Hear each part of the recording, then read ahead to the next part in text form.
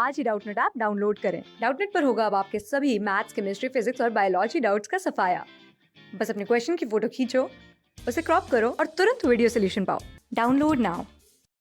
तो वैसे हमारे यहाँ पे क्वेश्चन है कि select the correct statement with respect to alkali metals. ठीक है, तो यहाँ पे हमें 4 ऑप्शन दिए हैं। इनमें जो स्टेटमेंट्स है इनमें बताना है कि कौन सा हमारा करेक्ट स्टेटमेंट है अल्कली मेटल्स को लेकर। ठीक है, तो यहाँ पे पहला अगर स्टेटमेंट देखें तो ये कह रहा है melting point decrease with increasing atomic number. तो कह रहा है कि मेल्टिंग पॉइंट जो होती है वो डिक्रीज करती है, ठीक है, एटॉमिक नंबर इंक्रीज करने पे अल्कली मेटल्स की। मतलब कि ये सिंपली कह रहा है कि डाउन द ग्रुप जाने पे अल्कली मेटल्स में क्या मेल्टिंग पॉइंट डिक्रीज करती है। मतलब कि अगर हम लिथियम से सीजियम तक जाएं, ठीक है, तो जो मेल्टिंग पॉइंट होती है ये डिक्रीज करती है, ऐसा कह रहा है।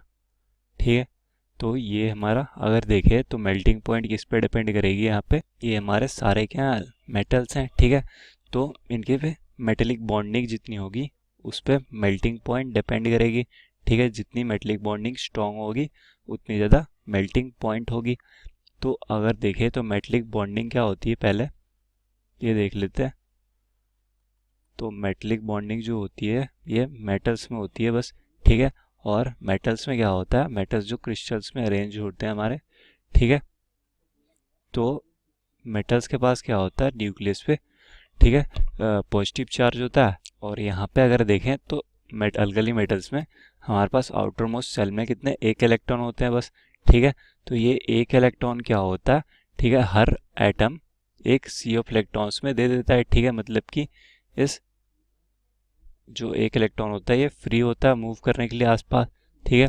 और इस सारे इलेक्ट्रॉन्स को हम कहते हैं सी ऑफ इलेक्ट्रॉन्स, ठीक है, लैटिस के अराउंड।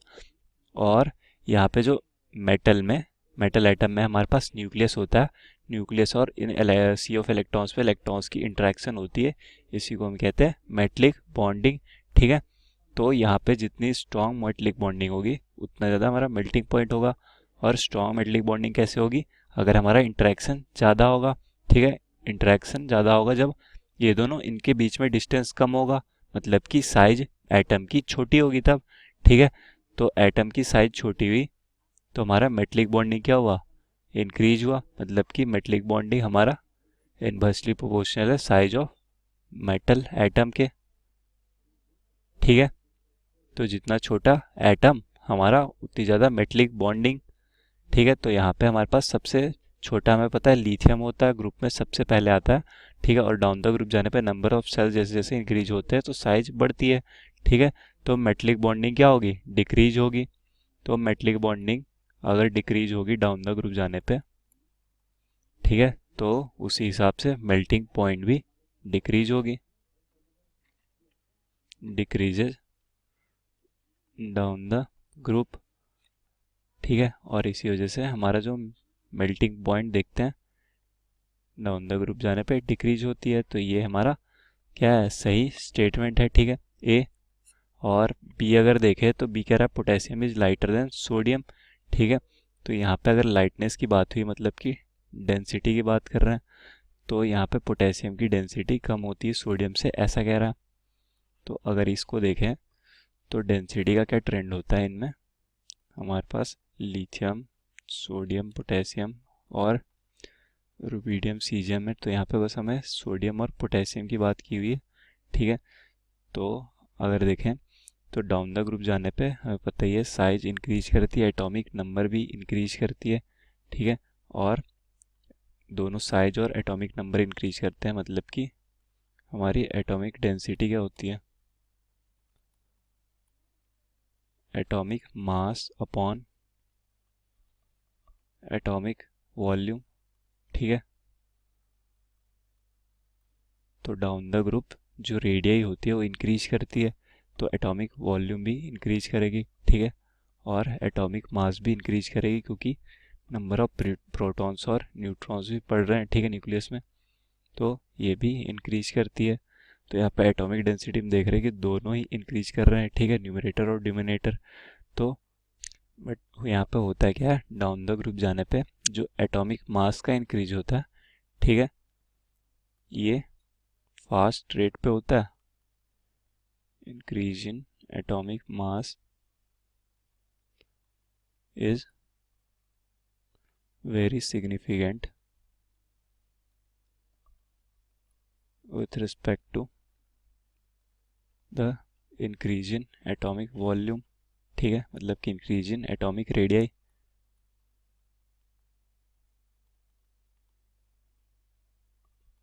और इसी वजह से देखते हैं जो एटॉमिक मास का इंक्रीज होता है वो इस एटॉमिक वॉल्यूम के इंक्रीज को कंपनसेट कर देता है, और डाउन द ग्रुप जाने पे हमारी जो एटॉमिक डेंसिटी होती है या सिंपली डेंसिटी होती है वो इंक्रीज करती है। यहाँ पे भी एक एक्सेप्शन होता है हमारे पास सोडियम और पोटेशियम में, ठीक है।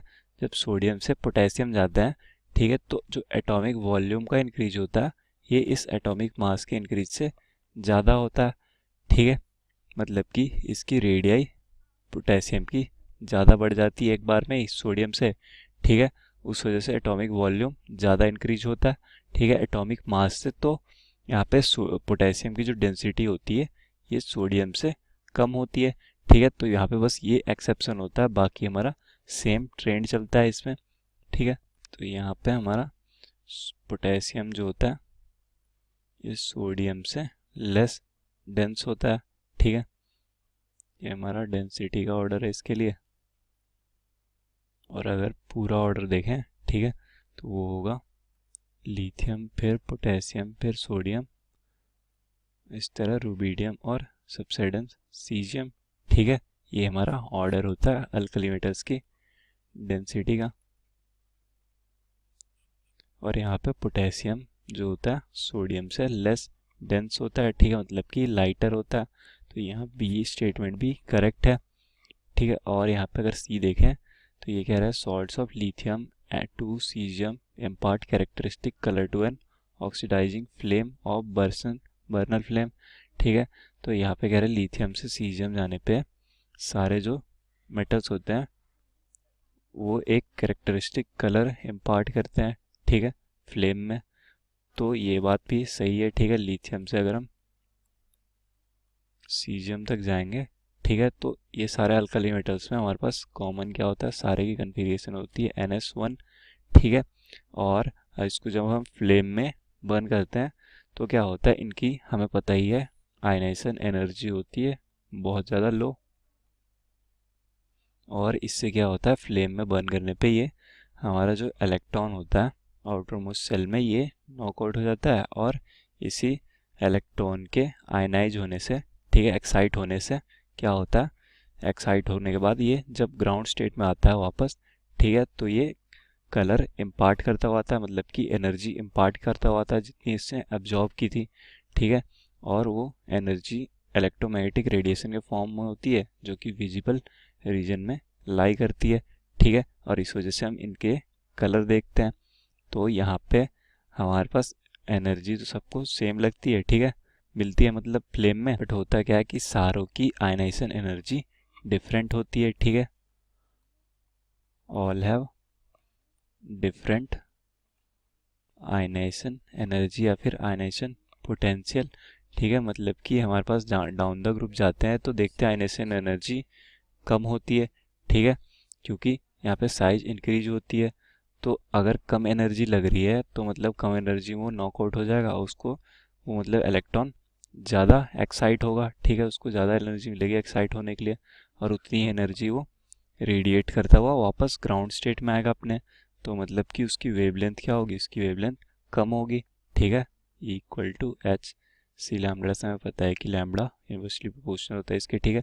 तो जितनी अगर ज़्यादा एनर्जी रेडिएट कर रहा है तो उसकी वेवलेंथ कम होगी, और उस हिसाब से वो विजुअल रीजन में लाई करेगा, ठीक है। जितनी भी उसकी वेवलेंथ होगी उस कलर का ये फ्लेम होगा हमारा, ठीक है। और इस वजह से देखते हैं कि जो सॉल्ट्स होते हैं इनके वो हमारे कैरेक्टरिस्टिक कलर देते हैं, ठीक है, ऑक्सीडाइजिंग फ्लेम में। तो ये हमारा सी भी करेक्ट है, और यहाँ पे ए बी सी तीनों अगर करेक्ट ऑप्शन है, ठीक है, तो डी हमारा ऑल ऑफ दिस यहाँ पे करेक्ट ऑप्शन हो जाएगा। क्लास 6 से 12 से लेके नीट IIT JEE मेंस और एडवांस के लेवल तक 10 मिलियन से ज्यादा स्टूडेंट्स का भरोसा। आज ही डाउनलोड करें डाउटनेट ऐप या व्हाट्सएप कीजिए अपने डाउट्स 8400 400 400 पर।